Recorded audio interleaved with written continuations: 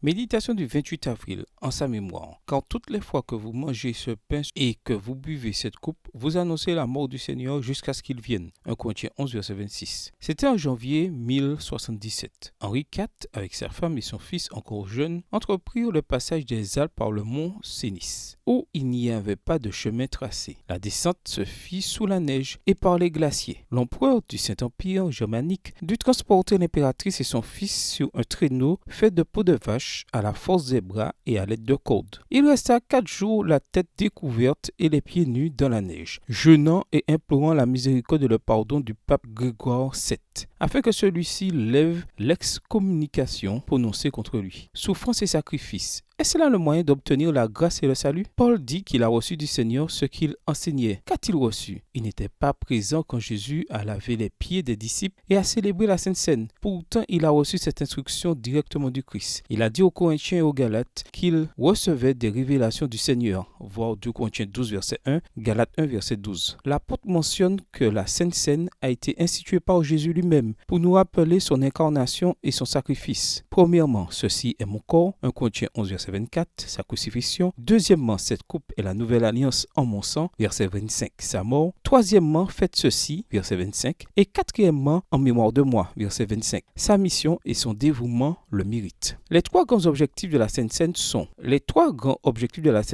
donc, premièrement, rappeler le sacrifice du Christ. Deuxièmement, proclamer sa mort. Et troisièmement, préparer son retour. Tout comme la Pâque était célébrée pour rappeler la libération d'Israël de l'esclavage d'Égypte, la Sainte Seine est un rappel de la libération du péché. L'ordonnance de la Sainte du Seigneur avait été donnée pour commémorer la grande libération opérée par la mort du Christ. Elle doit être célébrée jusqu'à ce qu'il revienne avec puissance et gloire. C'est par ce moyen que nos esprits peuvent conserver le souvenir de sa grande œuvre pour nous. Extrait du livre Jésus-Christ, chapitre 72, page 598. Ce n'est pas par nos mérites, ni par nos sacrifices ou nos efforts. Nul besoin de marcher à genoux dans la neige pour toucher le cœur du Père. Au contraire, c'est notre cœur qui doit être touché, reconnaissant et engagé, conscient du prix de notre salut. C'est pour moi qu'il est mort, c'est pour lui que je veux vivre. Bonne journée à vous et que le Seigneur vous bénisse.